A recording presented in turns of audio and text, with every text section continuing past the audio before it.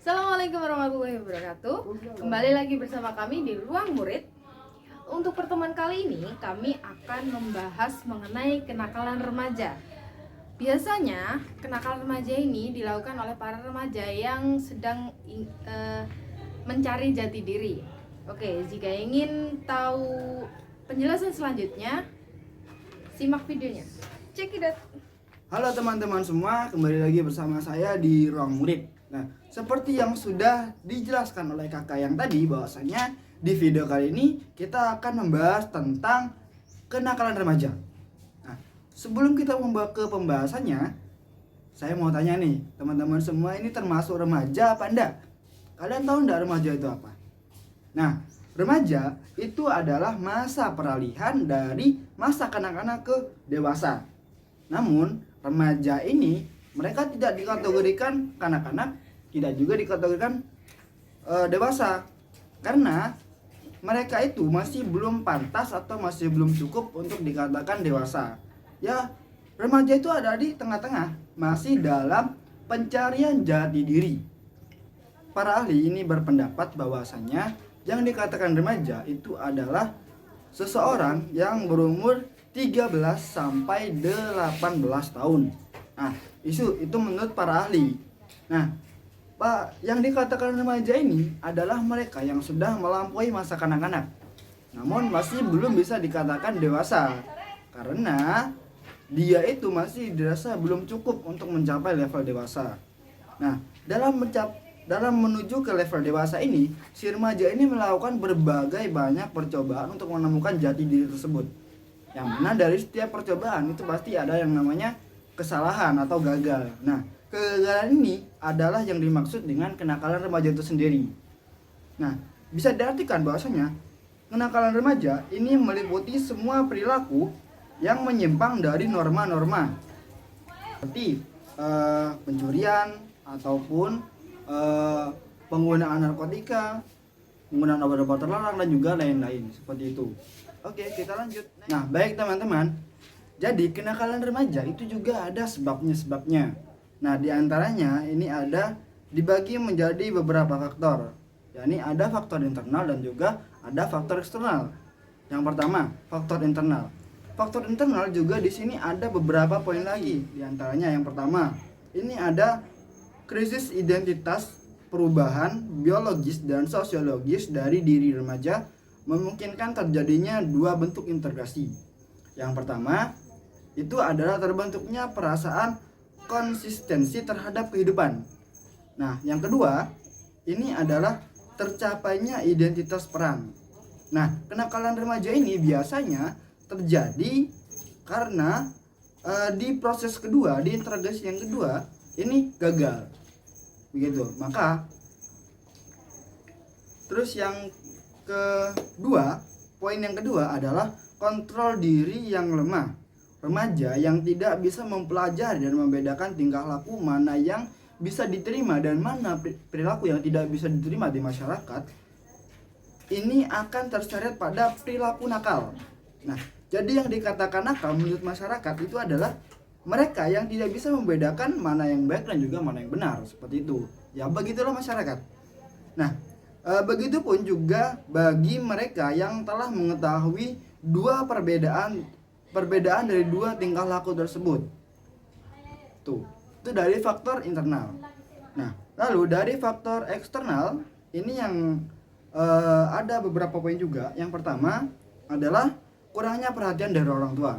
Nah, kita tahu sendiri bahwasanya orang tua ini adalah merupakan lembaga pendidikan norma ataupun pendidikan formal bagi anaknya, seperti itu. Jadi, bagaimanapun anaknya itu tergantung dari orang tuanya, karena ada pepatah yang mengatakan bahwasanya buah jatuh tidak jauh dari pohonnya, seperti itu. Selanjutnya, minimnya pemahaman tentang keagamaan. Nah, di sini dalam kehidupan berkeluarga harus ada yang namanya pembinaan keagamaan. Karena kurangnya pembinaan keagamaan juga menjadi salah satu faktor kenakalan remaja. Di dalam pembinaan moral, agama mempunyai peran yang sangat penting karena nilai-nilai moral yang datangnya dari agama itu akan tetap tidak akan berubah meskipun ada perubahan waktu dan tempat seperti itu.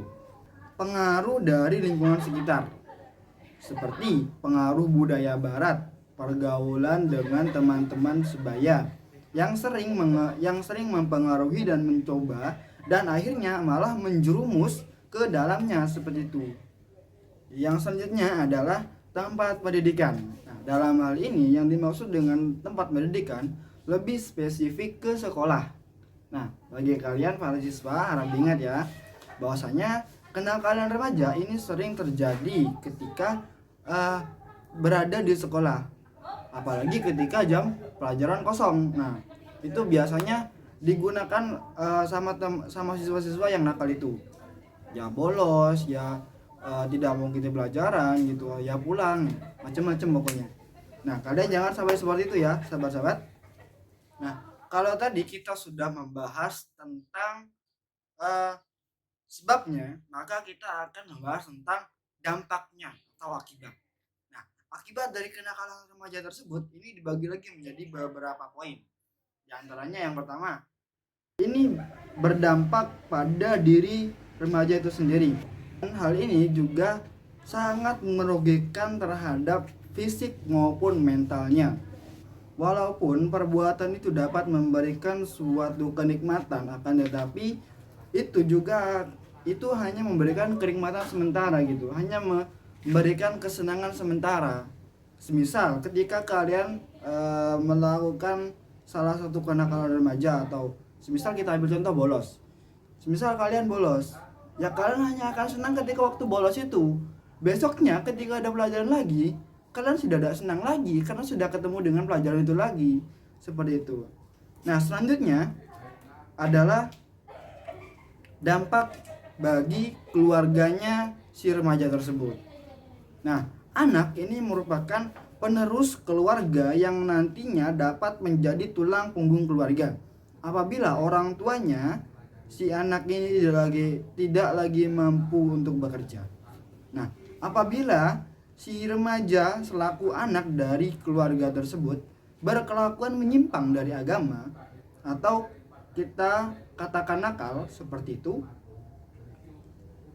maka itu akan berakibat terjadinya ketidakharmonisan di dalam keluarga tersebut dan putusnya hubungan komunikasi antara si anak dan juga orang tua. Seperti itu. Nah, tentunya hal ini sangat tidak baik dan dapat mengakibatkan si remaja tadi ini sering keluar malam dan jarang pulang, serta menghabiskan waktunya untuk bersenang-senang bersama teman-temannya. Seperti itu. Ya, seperti minum-minuman keras, mabuk-mabukan, ataupun yang lainnya seperti itu. Nah, yang ketiga ini adalah dampak terhadap lingkungan masyarakat. Apabila remaja ini berbuat kesalahan dalam kehidupan masyarakat, dampaknya itu akan buruk terhadap dirinya sendiri dan keluarganya. Seperti itu. Nah, masyarakat akan menganggap bahwa remaja itu adalah tipe orang yang sering membuat keonaran, kerusuhan, dan meresahkan masyarakat. Seperti itu. Sikap-sikap jelek yang seperti itu yang sudah tertanam dalam masyarakat itu akan hilang, namun dalam waktu yang sangat lama dan juga harus penuh dengan keikhlasan. Seperti itu. Baik teman-teman, karena tadi kita sudah membahas mulai dari pengertian kenakalan remaja, sebab kenakalan remaja, dan yang tadi akibat kenakalan remaja, kita akan membahas macam-macam dari kenakalan remaja tersebut.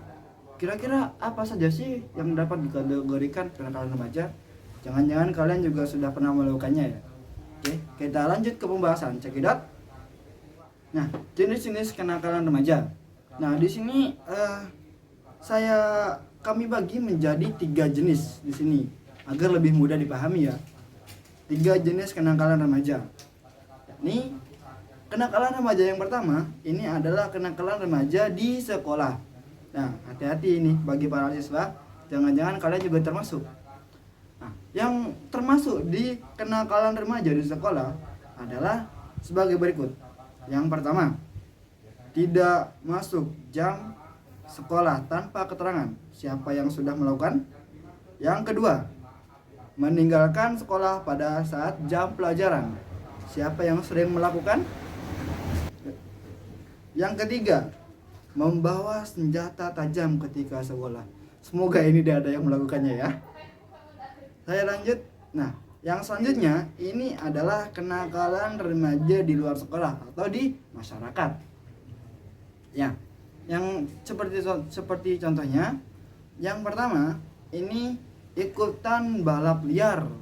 Nah, siapa di sini yang suka ikutan balapan liar? Segera berhenti, takut ditekan polisi ya. Terus yang kedua, ikut tawuran antar geng. Terus yang terakhir ini adalah minum minuman keras. Minuman keras ini bukan berarti minum es batu ya teman-teman, tapi minum minuman yang beralkohol gitu, yang dapat menghilangkan akal sehat kita. Seperti itu. Nah, terus yang terakhir ini ada mengkonsumsi obat-obatan terlarang seperti narkotika dan juga lain-lain. Nah, bagi kalian yang belum mengenal itu, jangan coba-coba untuk mengenal. Bagi kalian yang sudah mencoba, segera berhenti. Seperti itu. Selanjutnya, yang terakhir, ini adalah kenakalan remaja di lingkungan keluarga itu sendiri. Contohnya, yang pertama, tidak mendengar nasihat orang tua. Ayo, siapa di sini yang masih kurang ajar sama orang tuanya? Cepat minta maaf. Yang kedua, tidak menaati perintah orang tua. Nah, ini nih, biasanya perempuan nih disuruh beli bawang ke warung gak mau. Nah, itu gak baik itu kenakalan remaja itu. Segera minta maaf habis ini ya. Yang ketiga adalah melanggar norma yang sudah disepakati oleh keluarganya.